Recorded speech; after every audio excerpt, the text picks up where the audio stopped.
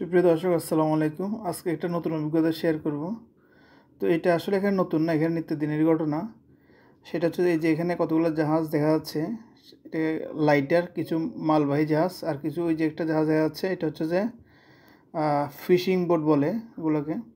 আর এখানকার যারা সেলর বা নাবিক যারা আছে এরা এগুলোকে বয়া বলে।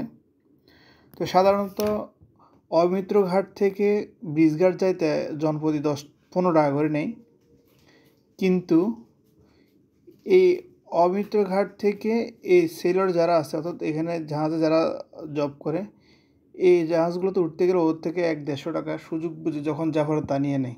এটা এক ধরনের সুযোগের সদ্ব্যবহার। এই যে এখানে যে লোকটা দাঁড়ায় আছে, সে মেবি নাস্তার জন্য গেছে, একটা ফিশিং বোটেরই কর্মী। তার থেকে এখানে নামাই দিতে 100 টাকা নিয়ে নিছে, অথচ একজন মানুষ নদীর এই পার থেকে উপর যাইতে নেই 15 টাকা।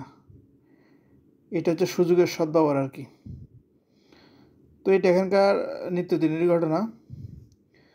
তো আসলে এটা ঠিক না, আরও কম নিলে পারত। এখানে যারা আসলে জব করে তাদের তো যাওয়ার অন্য কোনো ওয়ে নেই। তো যাইতে হলে নৌকা করে যেতে হয়, এই যে সাম্পানগুলো আছে ছোটো ছোটো সাম্পানগুলো করে। আর এই সুযোগে এরা সদ্ব্যবহার করে নেই, এটা আর কি। আসলে এই ধরনের মন মানসিকতা শুধু এই যে যারা এই লাইনে জব করে সাগরে সাম্পানা করে যে তাদের সাথে ঘটে তেমন না। এটা বিভিন্ন সেক্টরে একই ধরনের দেখা যায়। মানুষ সুযোগ পাইলে সদ্ব্যবহার করে দেয়, মানে কে কারা কীভাবে ঠকাবে শুধুই চিন্তায় আছে। কিন্তু মানুষ এই কথাটা মনে করে না, আজকে আমি যদি কাউরে 100 টাকার জন্য ঠেকাই, উপরের সৃষ্টিকর্তা যিনি আছে তিনি কোথাও না কোথাও আমারে তার 10 ডবল ঠকাই দিবে।